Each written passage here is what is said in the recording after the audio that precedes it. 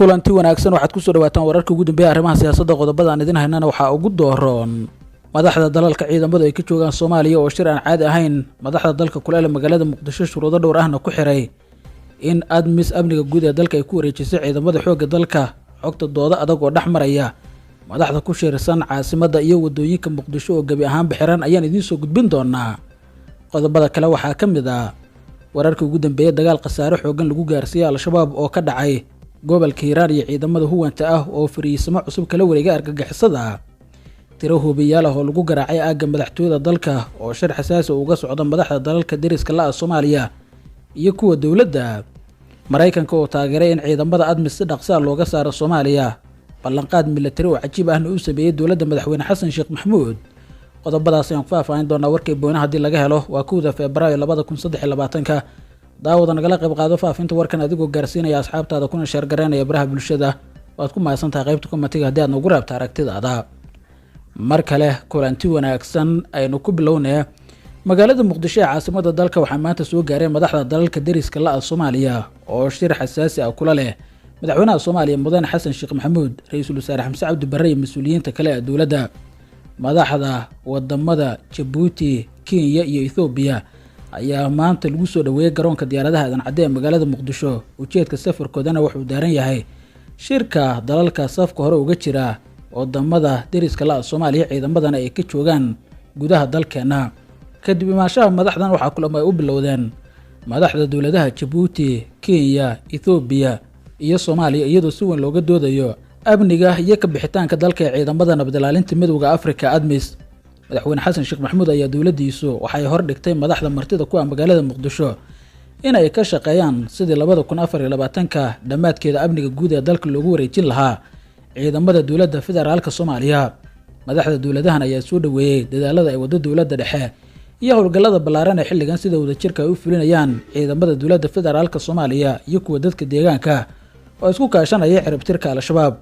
waxaa madaxweynayaasha Djibouti Kenya iyo ra'iisul wasaare Abiy Ahmed ay ku bogaadiyeen dawladda dhexe in xilligan ay qaaday tilaabo muhiim ah oo horey loogu qaaday dhinaca amniga nabadda iyo xasiloonida Soomaaliya waxa ay ku xiraan shuruudo dhowr ah in laga saaro gudaha Soomaaliya ciidamada nabad ilaalinta midowga Afrika admis laguna wareejiyo amniga guud ciidamada dawladda federaalka shuruudahan waxaa ugu weyn in Soomaaliya ay la timaado ciidamo tir ahaan gaaraya 24,000 oo askari kuwaasi oo tababar sare haysta hana karana amniga guud ee dalka waxaa dawladda federaalka Soomaaliya bilihii la soo dhaafay ay ku howlaneed diyaarinta ciidamada laga doonayo ee tir ahaan 24,000 gaaraya si ay amniga guud ee dalka ula wareegaan tiro ka mid ah ciidamada waxaa hadda tababar loogu diray dalalka Uganda iyo Eritrea iyadoo dawladda federaalku maalmihii la soo dhaafay 6,000 oo askari wadamadaasi tababar ay u geysay waxaa sidoo kale diyaarsan ku dhawaad 10,000 oo askar loo tababarayo 6,000 oo ka mid ahna waxaa la qorsheeyay in loo qaado dalalka Ethiopia iyo Masar la taliyaha dhinaca amniga ee madaxweynaha qaranka ayaa dhawaan sheegay in dawladdu qorshaheedu uu yahay in sanadan 2023ka dabayaaqadeeda ay diyaarsan yihiin ilaa 15,000 oo askari si tirada dhiman loogu dhameystiro sanada 2024ka waxaa dawladda madaxweyne Xasan Sheekh Maxamuud dhalinyaro badan ay ka qortay gobolada Gedo Banaadir iyo qaybo kale oo ka mid ah koonfurta dalka waxaana la qorsheeyay in ciidamo fara badan bilaha soo aadan tababar loogu diro dalka dibadiisa si tirada ciidamada Soomaaliya loo gaarsiiyo 24,000 oo askari ay ugu suurto gasho dawladda in amniga ay kala wareegto ciidamada nabad ilaalinta midowga Afrika admis dooda adag ayaa sidoo kale laga yeeshay amniga guud ee dalka iyo kan qaaradda waxaana la isla soo qaaday in iskaashi amni la sameeyo shirka shalay ka furmay magaalada Muqdisho ee caasimadda dalka ayaa waxaa la qorsheenayaa in laga soo saaro warmurtiyeed iyo qodobo wax ku ool ah kuwaasi oo waxtar u leh dawladda Soomaaliya iyo dalalka deriska la intaba sida ay xaqiijiyeen ilo ku dhow shirka ka socda magaalada Muqdisho ee caasimadda dalka oo qayb ay ka yihiin wasiirada gaashaandhigga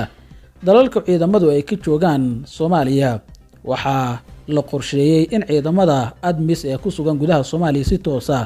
ay ugu biiraan dagaalada ka socda xilligan furimaha hore ayna u garab istaagaan ciidamada dawladda iyo kuwa dadka deegaanka xubno goobjoog ah kulamada ayaa laga soo xigtay in dawladda Soomaaliya ay hor dhigtay madaxda dalalka martida ku ah magaalada Muqdisho in ciidamadooda ku sugan gudaha Soomaaliya ay howlgeliyaan isla markaana laga xaadiriyo jiida hore si ay uga qayb qaataan ciribtirka kooxda al-shabaab iyo ka dhalinta nabad iyo xasilooni gobolada kooxda weli ay ku xoogan tahay. dhanka kale ammaanka magaalada muqdisho ee caasimadda dalka ayaa aad loo adkeeyay, waxaana maanta xiran dhammaan wadooyinka caasimadda iyadoo aad loo xadiday dhaqdhaqaaqa shacabka iyo gaadiidka intaba. ciidamada ammaanka ayaa xiray wadooyinka, waxaana gudaha magaalada muqdisho lagu arkayaa ciidamo fara badan oo gaarka ka haya wadooyinka caasimadda si gooni ah. amniga madaxtooyada dalka ayaa si weyn loo adkeeyey. dhanka kale madaxtooyada dalka oo ay ku shirsan yihiin madaxdan aageeda waxaa maanta lagu weeraray tiro hoobiyaala. waxaa la sheegay in khasaare dhimashadii dhaawaca oo ka dhashay hoobiyaasha lagu weeraray agagaarka madaxtooyada, iyadoo ay noqonayso muddo 2 toddobaad gudahooda markii labaad oo hoobiyaal lagu weeraro aagga madaxtooyada qaranka. waxa ay la xugugaal ay sheegeen in dad shacaba guryahooda hoobiyaasha qaarkood ay haleeleen uuna jiro khasaare soo gaaray. dowladda federaalka weli wax warar kama aysan soo saarin arrintan. waxaa si durba bilowday howlgallo ballaaran oo ay sameynayaan ciidamada dowladda federaalka Soomaaliya si gooni ah ciidamada hay-adda nabad sugidda iyo sirdoonka qaranka Soomaaliyeed NISA iyo ciidamada booliiska oo amniga muqdisho loo xil saaray. qaybihii hore warka ay daawanaysaan. faahfaahinno dheeraad ayaa ka soo baxaya dagaal xoogan oo ka dhacay gobolka Hiiraan, kaasi oo jab lagu gaarsiiyey kooxda argagixisada Al-Shabaab ayna qaadeen ciidamada macawisleyda ee gobolkaasi ka dagaalamay kuwa dowladda iskaashanaya. dagaalka ayaa si gooni uga dhacay deegaanka lagu magacaabo Beerxaano oo dhaca koonfurta magaalada Beledweyne ee xarunta gobolka Hiiraan. dagaalkan waxa uu bilowday kadib markii ciidamada dowladda iyo kuwa dib u xoreynta deegaanka ay weerareen goob Al-Shabaab ay isku aruursanayeen, waxaana saraakiisha ciidamadu ay sheegeen in Al-Shabaab weerarkaasi qorshaysan ay uga dilaan xubno badan oo maleeshiyaad ah iyo horjoogayaal. wararkaynu helayna ayaa sheegaya in intii uu socday dagaalka ciidamo gurmad ah oo uu hogaaminayo taliya Xasan Guduud oo ka mid ah saraakiisha guutada 5aad qaybta 27aad ee ciidamada xoogga dalka oo ay weheliyaan ciidamada Gorgor ay gaareen goobta dagaalku uu ka dhacay. saraakiisha ciidamada dowladda ayaa warbaahinta u sheegay in khasaare xoogan Al-Shabaab ay ku gaarsiiyeen dagaalka ayna ka saareen deegaano badan oo Beerxaano uu qayb ka yahay. wararka ugu dambeeyay soo gaaraya ayaa waxay ku soo waramayaan in deegaanka lagu dagaalamay xaaladiisu ay tahay hadda mid degan, si buuxdana gacanta ay ugu hayaan ciidamada dowladda federaalka Soomaaliya iyo kuwa dadka deegaanka. ciidamada ayaa howlgallo ka wada deegaanada hoostaga Beerxaano si loo adkeeyo amniga isla markaasina looga fogaado weeraro qorshaysan oo ka yimaada kooxda. dowladda Mareykanka ayaa si weyn u taageertay mowqifka ay waddo dowladda federaalka Soomaaliya ee ah in 2024 dabayaaqadeeda laga saaro gudaha Soomaaliya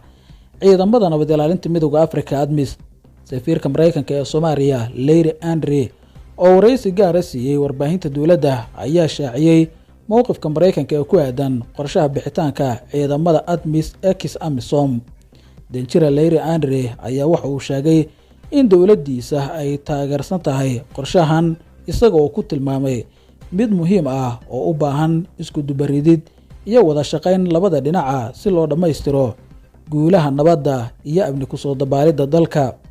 waa muhiim qorshaha kala guurka ah ee xilliga ciidamada qalabka sida ee Soomaaliya ay kala wareegayaan ammaanka dalka ciidamada ADMIS isla markaana ay ku baxayaan ciidamada midowga Afrika ee ku sugan gudaha Soomaaliya marka la gaaro dhamaadka 2024 ayuu yiri Larry Andre. waxaa intaas uu ku sii daray waxaa loo baahan yahay qorshe iyo isku dubarid howlahaasi oo wadajir ah si wanaagsanna la iskula shaqeeyo, ayna ADMIS door muhiim ah ka ciyaarto sidii loo dhammaystiri lahaa guulihii nabadda iyo amni ku soo dabaalidda ee qorshuhu ahaa in iyaga oo tilaabo kasta la kaashanaya ciidamada qalabka sida ee Soomaaliya ay qaadaan. sidoo kale waxa uu xusay in Mareykanku uu taageerayo ciidamada dowladda federaalka Soomaaliya iyo kuwa gaarka u ah dowlad goboleedyada ayna ka go'an tahay joogteynta howlgallada socda ee lagu ciribtirayo argagixisada. waxaan siinaa tababaro iyo qalabeyn intaba. sidoo kale waxaa wada shaqaynta dhammaan ciidamada qaybahooda kala duwan sida ciidamada Gorgor oo iyagana ay tababaraan Turkiga. si guud ahaan ayaan u horumarinaynaa ciidamada qalabka sida ee Soomaaliya nooc walba oo yihiin, ayuu yiri. waxa uu ku sii daray hadalkiisa meelaha aan ka caawino waxaa ka mid ah sida saadka iyo qorsheynta. sidoo kale ciidamada midowga Afrika ayaa qayb ka ah taageerada ciidamada qalabka sida qaramada midoobay iyo saaxiibada kale ee caalamiga ah ayaa door muhiim ah ku leh garab istaaga ciidanka. tayada ciidamada dowladda federaalka ayaa ku soo baxday howlgallada military ee lagu qaaday gobolada dhexe ee dalka si gooni ah dowlad goboleedyada Hirshabelle iyo Galmudug oo ay ku muujiyeen ciidamada cududooda iyo sida ay muddo kooban ugu soo afjari karaan kooxaha argagixisada ah. dowladda Mareykanka ayaa muujisay sida ay u aaminsan tahay in muddo dhow Soomaaliya ciidamadeedu ay ku noqon karaan kuwa ugu awoodda badan qaaradda Afrika, waxaana ay sheegeen in dhankooda taageero gooni ay siin doonaan. guud ahaan intaas ayaan kusoo gabagabeynaya wararkii ugu dambeeyay arrimaha siyaasadda. daawada haddaad ku cusub tahay channelka nagu soo biir, subscribe dhowr kuma kadibna fura gambaleelka. tan iyo kulanti dambe, ammaan Allah.